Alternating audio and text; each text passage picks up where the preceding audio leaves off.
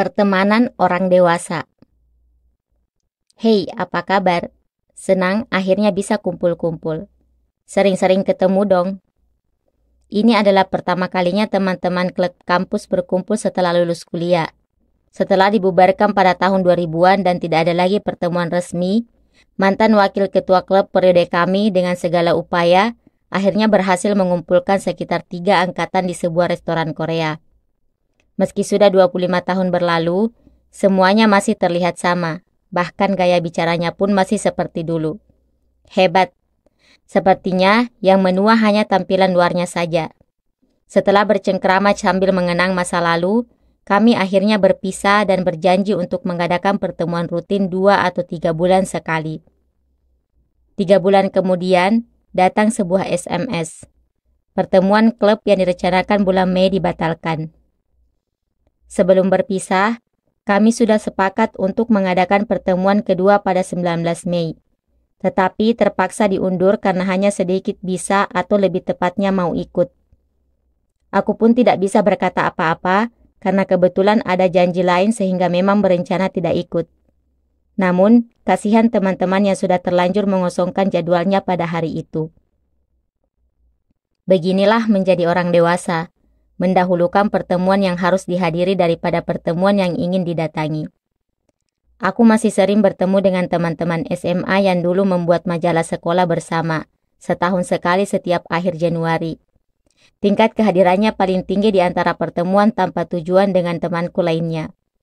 Karena diadakan setahun sekali, semua hadir tanpa terkecuali untuk saling bertukar kabar. Setahun sekali tampaknya adalah batasannya di usia kita, usia dewasa. Jika sekarang masih bisa bertemu secara berkala tanpa tujuan apapun setidaknya setahun sekali, itu artinya BF, best friend. Menyedihkan. Kesulitan pertama yang dirasakan saat memulai kehidupan sosial adalah hubungan antar individu.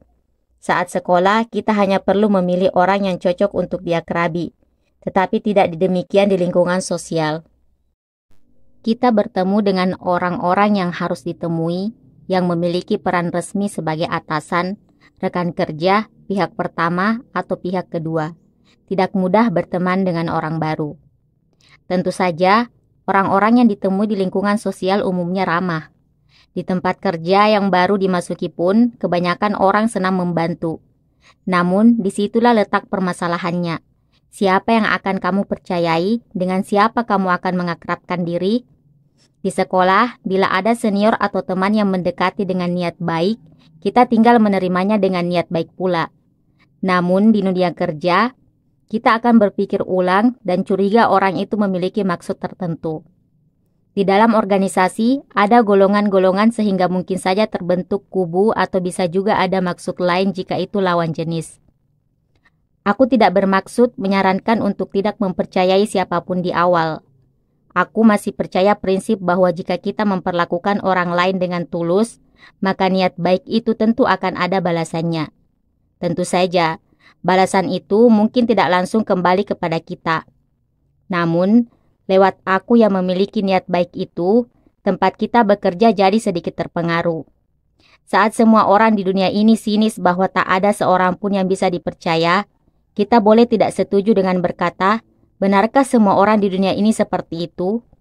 Ketika kita memperlakukan orang dengan tulus, berarti setidaknya ada satu orang yang bisa dipercaya di tempat kita kerja. Lalu, ketulusan itu perlahan-lahan akan menular. Akan tetapi, bila aku harus memberikan sebuah saran tentang hubungan antar manusia di lingkungan sosial, maka saranku adalah jangan menilai seseorang dari apa yang dikatakannya. Tetapi pikirkan lebih dahulu apa yang diinginkannya. Dalam hubungan formal, manusia berbicara dan bertindak untuk mewujudkan keinginannya. Akibatnya, maksud menjadi lebih hakiki ketimbang ucapan ataupun perbuatan. Dalam struktur yang praktik seperti kantor, semakin cepat kita menyadari keinginan seseorang, maka semakin mudah bagi kita untuk memahami alasan orang tersebut bertindak demikian. Pada akhirnya, kita bisa sedikit lebih fleksibel dalam interaksi interpersonal.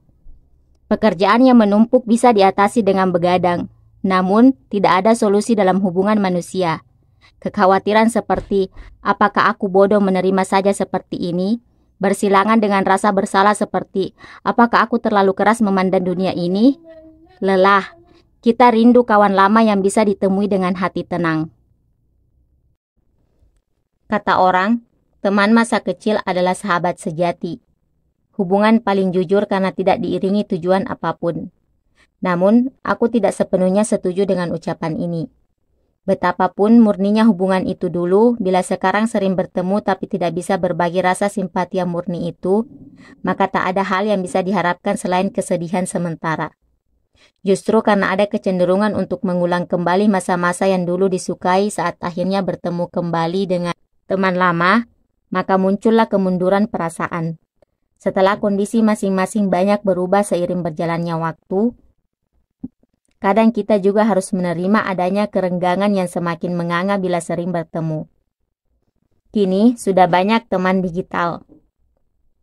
Kita bisa menjadi anggota grup internet dasar seperti mini homepage, blogger, dan kafe, atau menambah jaringan pertemanan lewat SNS.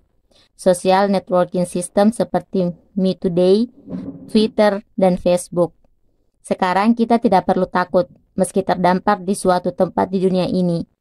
Kita tinggal memasang status, ada yang tahu di mana restoran Korea yang enak di Barcelona, maka akan bermunculan info-info akurat yang berbeda dimensi dengan info yang ditaruh para anak magang. Memang ada ribuan teman yang akan memberitahu tempat makan enak di sebuah kota di luar negeri. Tetapi masalahnya, jarang ada teman yang mau mendengarkan keluh kesah kita hingga rela begadang. Kita acap kali merasa kesepian saat bermain Twitter. Entah kita bermain Twitter karena kesepian itu, atau justru kita menjadi lebih kesepian setelah bermain Twitter. Karena tidak bertemu langsung, maka tampaknya tidak ada masalah. Padahal dalam pertemanan digital pun rasa jemu itu cukup besar. Saat dewasa pun, kita bertemu dengan banyak teman baru, bergabung dengan organisasi dan ikut perkumpulan orang-orang dengan ranah bisnis yang sama. Bila sudah menikah, kita bisa berteman dengan teman-teman pasangan kita ataupun pasangan dari teman-teman kita. Bila sudah punya anak, hubungan antara orang tua, murid di sekolah, tempat les, dan yayasan akan terbentuk secara otomatis. Orang-orang yang bertemu karena pekerjaan tentu awalnya memulai hubungan sambil saling melirik, tetapi di antaranya ada juga orang-orang yang memiliki daya tarik manusiawi yang benar-benar ingin menjadi akrab. Orang-orang yang belakangan ini kurasa paling dekat secara emosional denganku pun adalah mereka yang baru kutemui setelah dewasa, bukan teman lama yang ada dalam kenangan yang jauh. Mereka sama baiknya dengan kawan lama. Kita tidak perlu membuat batasan bahwa teman yang baik adalah yang ditemui saat kecil, sedangkan orang yang ditemui di ranah sosial hanyalah kenalan bisnis. Walaupun bertemu saat sudah tua, kalau kita sering bertemu dan bisa saling bertukar perasaan, maka kapanpun kita bisa menemukan teman sejati. Teman dekat di masa sekolah sekalipun umumnya hanya bertahan 3-4 tahun. Hubungan yang bertemu di ranah sosial bisa bertahan jauh lebih lama daripada itu. Hal yang terpenting bukanlah berapa lama pertemuan itu. Masalahnya adalah apa tujuanmu bertemu dengannya. Kalau kamu bisa memastikan bahwa hubungan itu semata agar bisa bertukar pikiran dan berempati, bukan demi keuntungan masing-masing, maka kalian bisa menjadi teman. Jika ada orang yang ingin kamu jadikan teman, maka pertama-tama buanglah tujuan dan mendekatlah sebagai manusia. Bukalah hatimu lebih dulu, ajaklah berteman.